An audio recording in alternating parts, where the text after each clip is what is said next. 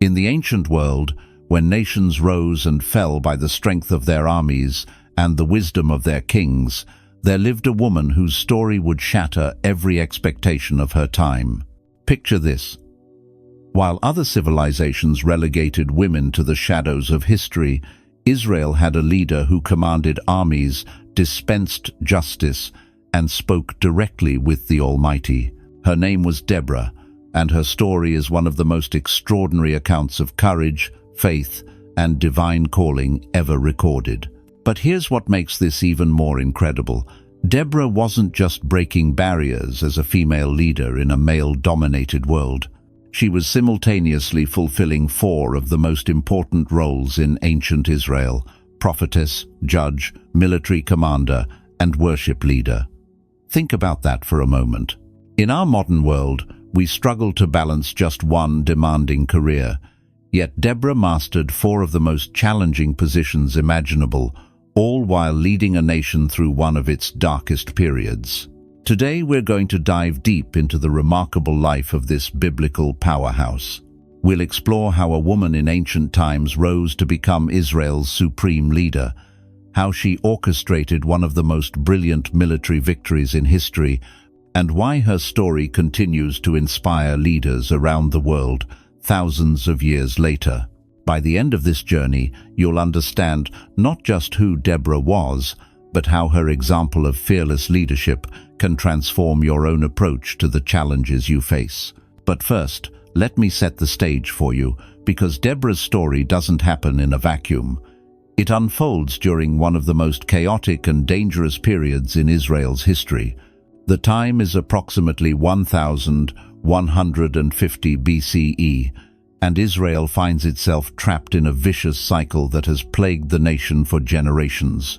The people would follow God, experience prosperity and peace, then gradually drift away from their faith. This spiritual decline would lead to moral corruption, which would weaken the nation and make it vulnerable to foreign oppression. When the suffering became unbearable, the people would cry out to God for help. He would raise up a deliverer called a judge, and the cycle would begin all over again. During Deborah's era, Israel had been groaning under the iron fist of Jabin, the king of Canaan, for 20 long years. But this wasn't just any ordinary oppression. Jabin possessed something that struck terror into the hearts of every Israelite. 900 iron chariots commanded by his ruthless general, Sisera. To put this in perspective, iron chariots in the ancient world were like modern tanks. They were virtually unstoppable on flat terrain, capable of crushing infantry formations and spreading panic throughout enemy ranks. The Israelites, primarily armed with bronze weapons and fighting on foot, had no answer for this technological superiority.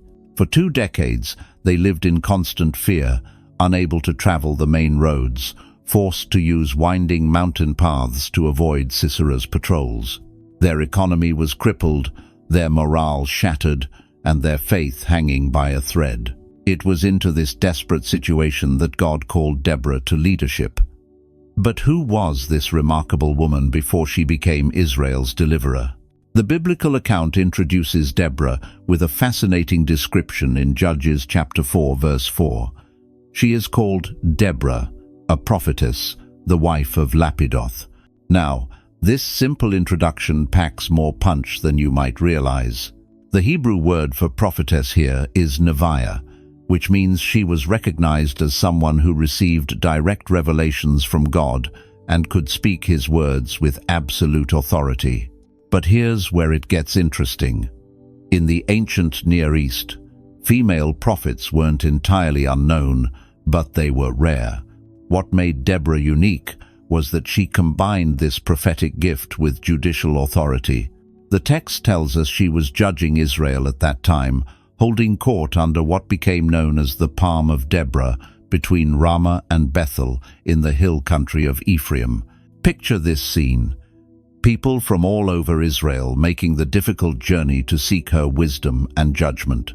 Merchants with trade disputes, families with inheritance conflicts, individuals seeking divine guidance for major life decisions.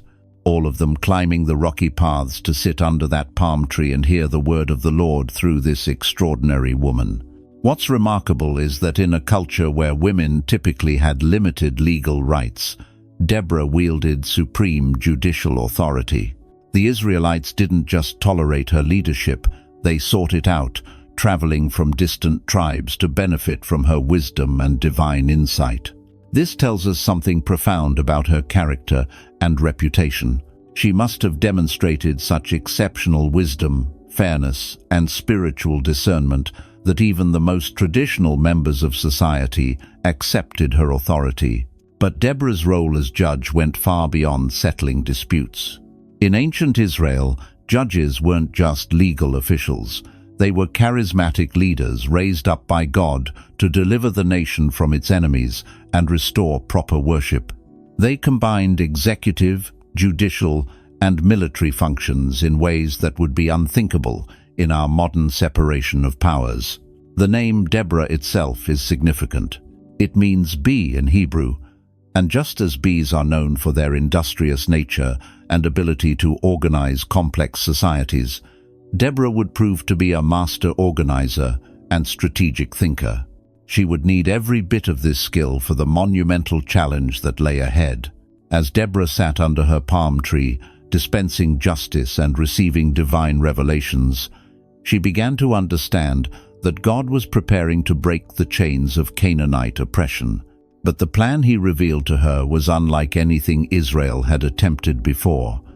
It would require her to step beyond her role as judge and prophetess and take on yet another unprecedented position, military commander. The divine strategy that unfolded in Deborah's mind was both brilliant and terrifying. God would use Israel's apparent weakness to turn Sisera's greatest strength against him. Those 900 iron chariots that had terrorized the countryside for 20 years would become a liability rather than an asset. But executing this plan would require perfect timing, absolute faith, and the kind of leadership that could unite a fractured nation around a seemingly impossible mission. This is where Deborah's character truly shines through the historical record. She didn't hesitate or make excuses when God revealed his plan. She didn't complain about the magnitude of the challenge or point out all the reasons why it couldn't work. Instead, she immediately began taking action to implement the divine strategy. Her first step was to summon Barak, the son of Abinoam, from Kadesh in Naphtali. Now, Barak was already recognized as a capable military leader among the northern tribes, but what Deborah was about to ask of him would test his faith and courage to the absolute limit. She called him to her court under the palm tree and delivered a message that would change the course of Israel's history. The conversation that followed reveals everything we need to know about both leaders. Deborah spoke with the authority of divine revelation, her words carrying the weight of heaven itself. She told Barak that the Lord, the God of Israel, was commanding him to take 10,000 men from the tribes of Naphtali and Zebulun and deploy them on Mount Tabor. There, God would draw out Sisera with his chariots and troops to the Kishon River, where he would deliver them into Barak's hands. But here's where the story takes an unexpected turn. Barak, this experienced military commander, looked at this prophetess and made a statement that would echo through history. "If you go with me, I will go. But if you don't go with me, I won't go." Now, some have interpreted Barak's response as cowardice, but I think that misses the deeper truth of what was happening here. Barak wasn't afraid of battle. He was a seasoned warrior who understood military strategy. What he recognized was that this wasn't going to be won through conventional tactics or superior firepower. This was going to require divine intervention, and Deborah was God's chosen vessel for receiving and implementing that intervention. Barak was essentially saying, "I trust your connection with God more than my own military experience. If God is going to give us victory, I need his prophetess on the battlefield with us." This shows remarkable spiritual insight and humility from a man who could have let pride dictate his response. Deborah's reply is equally revealing of her character. She didn't rebuke Barak for his condition or question his courage.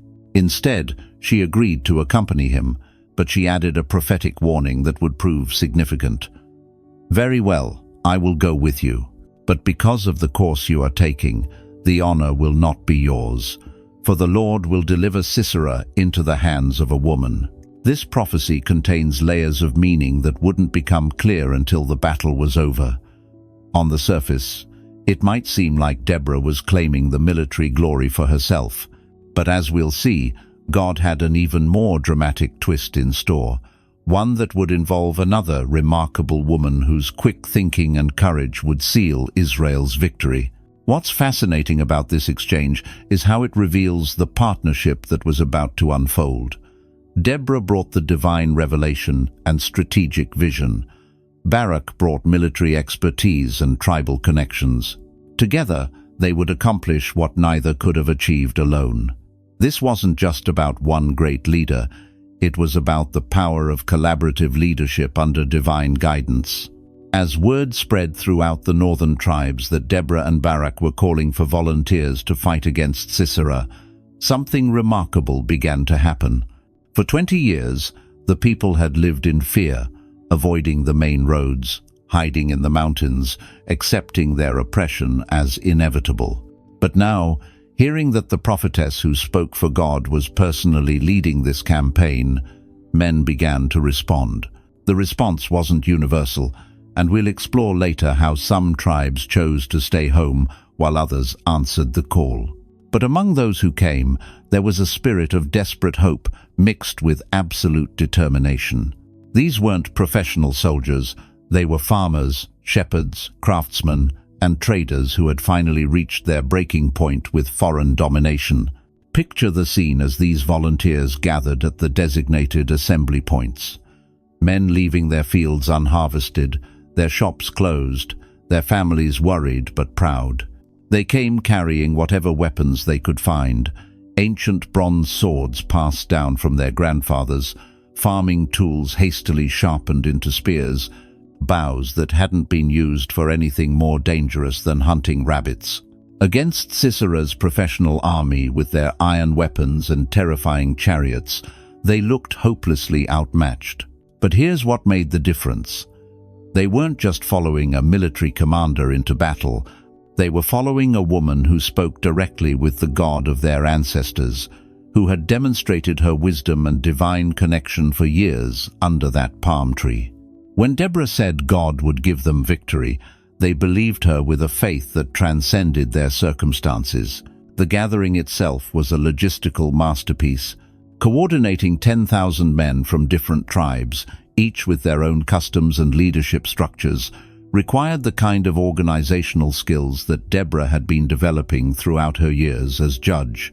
She had to ensure they had adequate supplies, establish communication systems, and most critically, maintain morale in the face of what seemed like impossible odds. As the army assembled, Deborah began implementing the divine strategy that had been revealed to her. Mount Tabor, the location God had specified, was a fascinating choice. Rising about 1,900 feet above the surrounding plain, it offered commanding views of the entire Jezreel Valley. More importantly, its steep, rocky slopes made it completely inaccessible to chariots. Sisera's greatest weapon would be useless against an army positioned on Tabor's heights, but the real genius of the plan went deeper than just defensive positioning. Mount Tabor sat at the intersection of several tribal territories, making it symbolically significant as a place where Israel could unite against their common enemy. Its location also meant that news of the Israelite mobilization would quickly reach Sisera's intelligence network, which was exactly what God wanted to happen. Meanwhile, in his fortress city of Harosheth Hagoyim, Sisera was receiving reports of this unusual military buildup. His spies brought word of thousands of Israelite men gathering around Mount Tabor, led by their female judge and a warrior named Barak. For a moment, Sisera must have been Israelites' attempt anything so bold or coordinated, but puzzled. In 20 years of dominating this region, He had never seen that. Then his strategic mind began to work. Here was an opportunity to crush Israel's spirit once and for all. Instead of these rebels hiding in caves and conducting guerrilla raids, they had foolishly gathered in one place where his chariots could reach them. He could end this rebellion in a single decisive battle and make an example that would prevent any future uprisings for generations. Sisera began mobilizing his entire force, all 900 iron chariots plus thousands of infantry. This wasn't just going to be a punitive raid. This was going to be total war aimed at breaking Israel's will to resist permanently. He planned to deploy his chariots in the valley below Mount Tabor, where their mobility and shock value would be maximized. The Israelites would either have to come down and face annihilation in the open, or starve on the mountain while watching their villages burn. What Sisera didn't understand was that he was walking directly into a divine trap. The timing, the location, even his decision to bring his entire force, everything was unfolding exactly as God had revealed to Deborah. But the most critical element of the plan was still hidden, even from the Israelites themselves. As both armies moved into position, the stage was set for one of the most dramatic reversals in military history. On Mount Tabor, Deborah moved among the troops, strengthening their resolve and preparing them for what was to come. Her presence on the battlefield was unprecedented. Prophets typically delivered God's messages from a safe distance, not from the front lines of combat. But Deborah understood something profound about leadership that many modern executives and politicians never grasp. True authority comes not from position or title, but from shared risk and demonstrated commitment. By placing herself in the same danger as her troops, she earned a level of loyalty and trust that no amount of inspiring speeches could have achieved. The night before the battle, as 10,000 Israelite warriors tried to sleep on the rocky slopes of Mount Tabor, they could see the glow of enemy campfires spread across the valley below like fallen stars.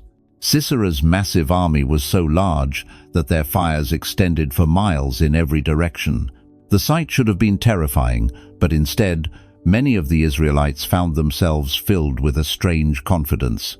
They had seen Deborah's absolute certainty that God would give them victory. They had witnessed her calm preparations, her careful attention to every detail, her complete lack of doubt about the outcome. When a leader demonstrates that kind of unshakable faith, it becomes contagious. The troops began to believe not just in their cause, but in their inevitable success. Deborah spent that night moving through the camp, speaking with unit commanders, offering encouragement to nervous soldiers, and continuing to receive divine guidance about the timing of their attack. She knew that everything depended on launching their assault at precisely the right moment. Too early, and they would face Sisera's chariots on firm ground where they held every advantage. Too late, and they might miss the divine intervention that would turn the tide. As dawn approached, Deborah felt the unmistakable prompting of God's Spirit. The moment had arrived. She found Barak and delivered the words that would launch one of history's most remarkable victories. "Go, this is the day the Lord has given Sisera into your hands. Has not the Lord gone ahead of you?" What happened next defied every principle of ancient warfare. Instead of waiting for the enemy to attack their fortified position, the Israelites charged down the mountain straight toward Sisera's chariots. To any observer, it looked like mass suicide.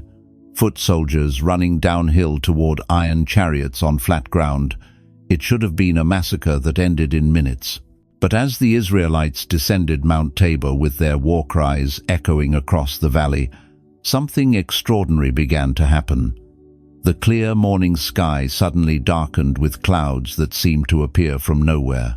Within minutes, rain began to fall, not the gentle showers of an ordinary storm, but torrential downpours that turned the entire battlefield into a muddy quagmire.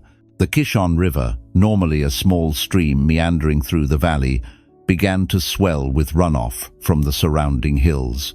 The carefully prepared battlefield where Sisera had planned to deploy his chariots became a swamp, where heavy iron wheels sank into the mud and horses struggled to maintain their footing. In that moment, every advantage shifted to the Israelites.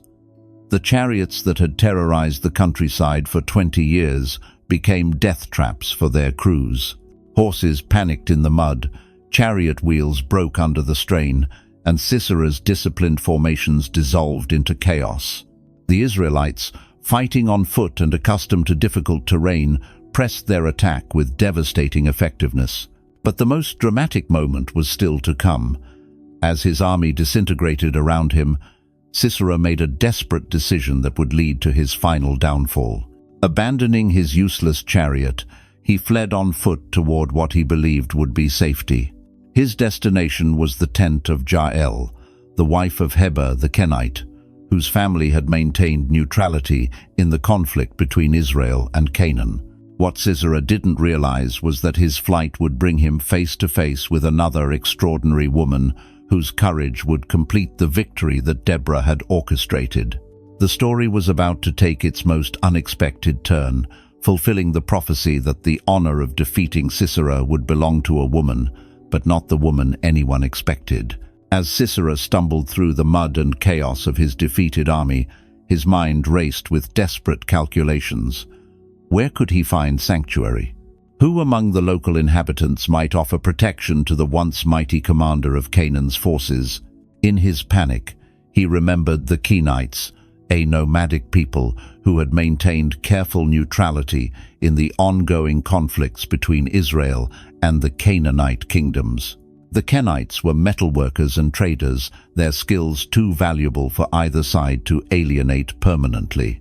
Heber the Kenite had pitched his tents near Kadesh, having separated from his kinsmen to establish his own trading post in this strategic location.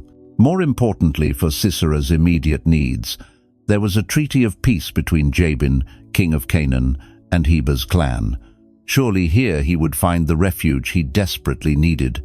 But what Sisera failed to understand in his desperate flight was the complex web of loyalties and relationships that defined life in ancient Canaan. Treaties between kings meant little to individuals who had witnessed 20 years of oppression. While Heber might have maintained official neutrality, his wife Jael had developed her own perspective on the conflict that had torn their region apart for 2 decades. Jael was no ordinary woman, even by the standards of her time. As a Kenite, she belonged to a people who valued independence and self-reliance above tribal loyalties. The Kenites were descendants of Moses' father-in-law, maintaining ancient connections to Israel while preserving their own distinct identity. They were skilled in metalworking, diplomacy, and survival, traits that required both physical courage and mental acuity. Living as nomads on the borderlands between great powers, Kenite women like Jael had learned to be resourceful, decisive, and capable of protecting their families when their husbands were away on trading expeditions. They couldn't afford the luxury of helplessness or dependence that characterized women in more settled, protected societies. Survival demanded strength, and Jael possessed it in abundance. As Sisera approached her tent, exhausted and desperate, Jael faced a moment that would test every aspect of her character. Here was the man whose iron chariots had terrorized the countryside, whose troops had oppressed innocent people, whose very name struck fear into the hearts of mothers throughout the region. Yet he was also a guest seeking hospitality, protected by ancient codes that made harming a visitor a grave violation of honor. What happened next reveals the complexity of ancient Middle Eastern culture and the extraordinary courage of women who lived in those turbulent times. When Sisera called out for help, Jael emerged from her tent and issued an invitation that would change everything. "Come, my lord, come right in. Don't be afraid." The words were carefully chosen. By addressing him as my lord, she showed the proper respect due to his rank, even in defeat. By inviting him inside and telling him not to fear, she offered the protection that hospitality laws demanded. To Sisera, it must have seemed like divine providence, safety found just when all hope seemed lost. Jael brought him milk instead of water, a gesture of honor that went beyond basic hospitality. She covered him with a blanket, providing comfort and concealment from any pursuers who might be searching for him. When Sisera asked her to stand guard at the tent entrance and deny his presence to anyone who inquired, she agreed without hesitation. Everything seemed to be proceeding exactly as he had hoped. But beneath this veneer of traditional hospitality, something far more complex was unfolding. Jael was not simply a passive provider of refuge. She was making strategic decisions that would determine the fate of the man who had brought so much suffering to her region. The milk, the blanket, the promise to stand guard.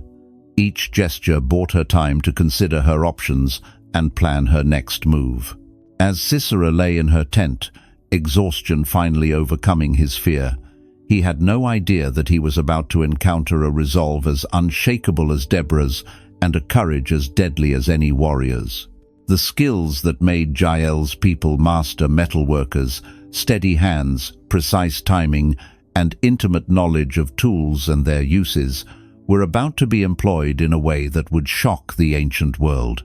While Sisera slept, believing himself safe under the protection of hospitality laws, Jael picked up a tent peg and a hammer.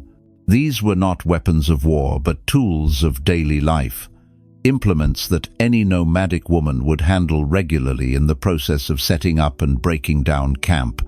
In Jael's experienced hands, however, they were about to become instruments of divine justice. The moment that followed has been debated by scholars and theologians for millennia.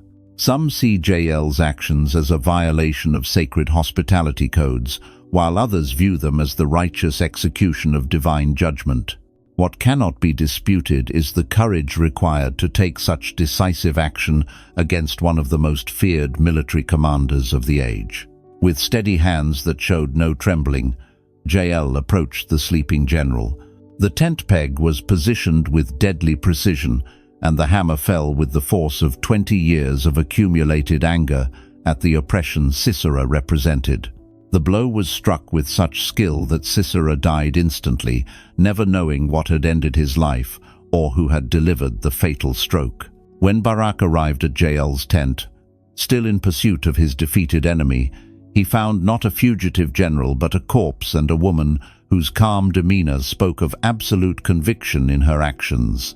"Come," Jael said to him, "I will show you the man you're looking for." The scene that greeted Barak fulfilled Deborah's prophecy in the most unexpected way possible. The honor of victory over Sisera had indeed gone to a woman, but not the woman anyone had anticipated. The news of Sisera's death spread through both armies like wildfire.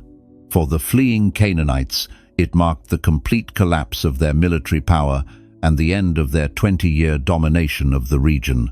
For the pursuing Israelites, it confirmed that their stunning victory was indeed the work of divine intervention, orchestrated through the courage and wisdom of two remarkable women. But the implications of this victory extended far beyond the immediate military situation. The defeat of Sisera and the destruction of his chariot force sent shockwaves throughout the ancient Near East. Other Canaanite kings who had been considering their own campaigns against Israel suddenly found themselves reconsidering their plans. The people Wad demonstrated that their God was still capable of miraculous interventions on had seemed so weak and disorganized Haruped, and began the process of pursuing the scattery occurred. The strategy that God had revealed to her had ungeneration. They had lived under the shadow of those 900 iron chariots, accepting their behalf. The psychological impact on Israel itself was equally profound, for oppression as inevitable and viewing resistance as futile. Now they had witnessed the immediate aftermath of the battle, as the Israelite forces restored their confidence not just in their military capabilities, but in their identity as God's chosen people.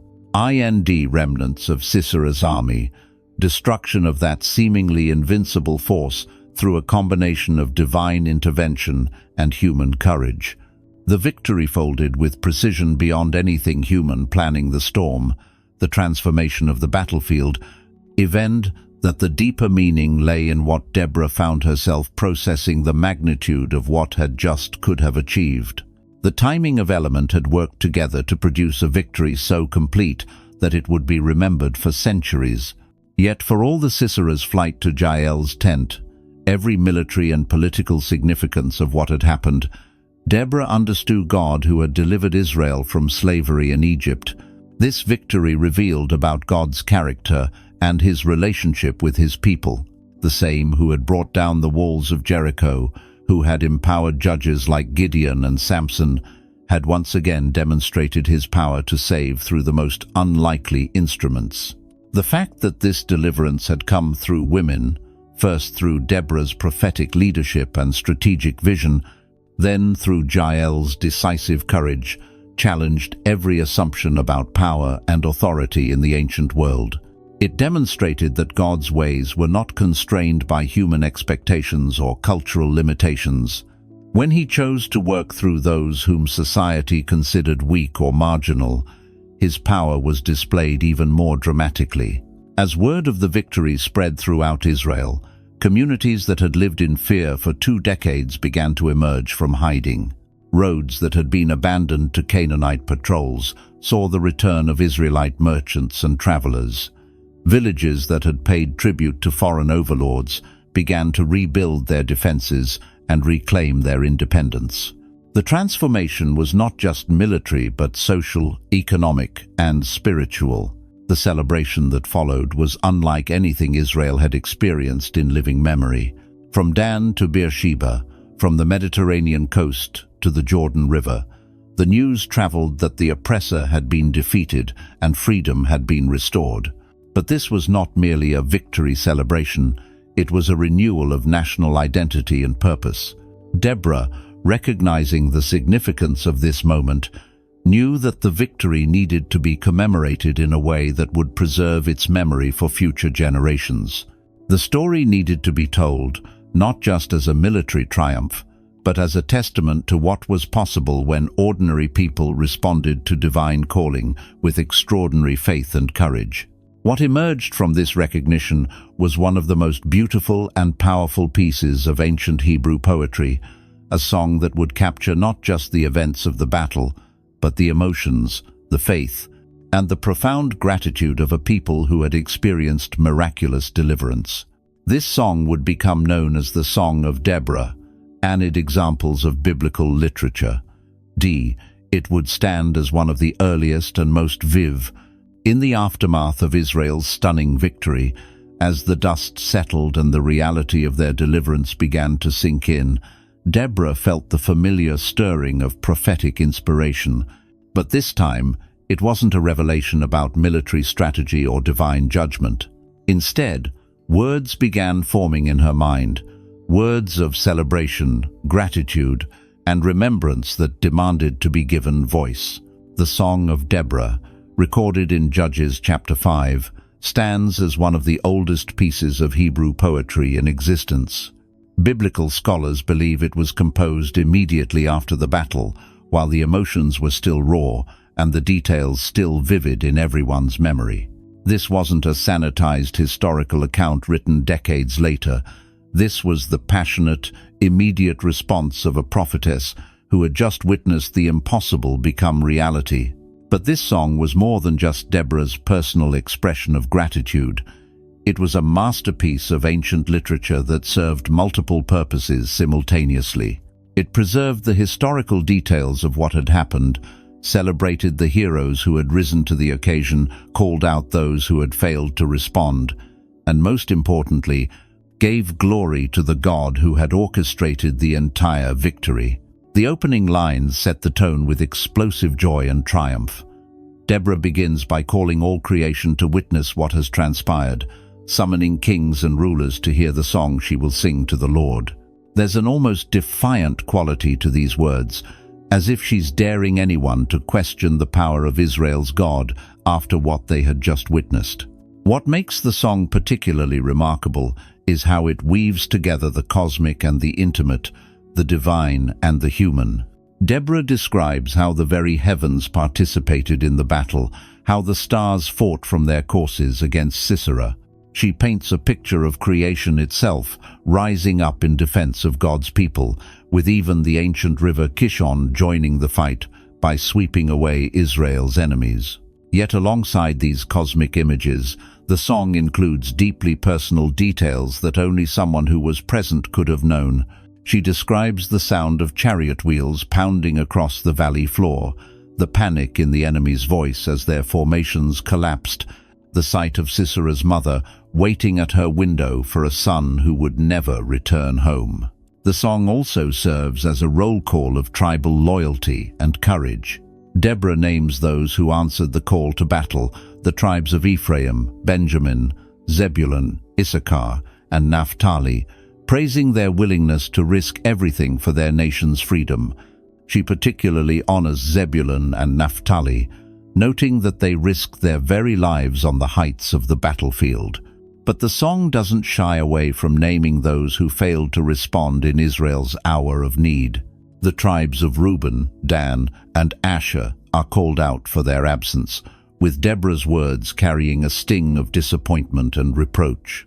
This wasn't just military criticism, it was a moral judgment about the obligations of kinship and covenant community. The portrayal of Jael in the song reveals the complexity of how ancient peoples understood heroism and divine justice. Deborah doesn't minimize or apologize for Jael's violation of hospitality laws. Instead, she celebrates it as the climactic moment of God's judgment against Israel's oppressor. The detailed description of Sisera's death serves not as gratuitous violence, but as confirmation that divine justice, however it comes, is always perfect and complete. Perhaps most remarkably, the song includes a haunting portrayal of Sisera's mother waiting for her son's return. This section shows Deborah's profound understanding of human nature and the universal experience of loss. Even as she celebrates Israel's victory, she acknowledges the grief that victory has brought to others. It's a moment of startling empathy that reveals the depth of Deborah's character and wisdom. The song concludes with a prayer that has echoed through the centuries. "So may all your enemies perish, Lord, but may all who love you be like the sun when it rises in its strength." These words capture the essence of biblical justice, not merely the defeat of evil, but the triumph of righteousness and the flourishing of those who remain faithful to God's covenant. But the Song of Deborah accomplished something beyond artistic expression or historical preservation. It became a template for how Israel would remember and celebrate divine deliverance throughout their history. The patterns established in this ancient poem would influence Hebrew worship and literature for centuries to come, providing a model for how God's people could give voice to their deepest experiences of faith, struggle, and triumph. Deborah's story stands as a timeless testament to the power of unwavering faith and courageous leadership. From her court under the palm tree to the muddy battlefield where chariots became death traps, she demonstrated that God's calling transcends every human limitation and expectation. Her legacy reminds us that true authority flows not from position or power, but from faithful obedience to divine purpose. When we face our own impossible odds and overwhelming challenges, may we remember the prophetess who trusted completely, led fearlessly, and sang triumphantly of God's faithfulness to those who answer His call.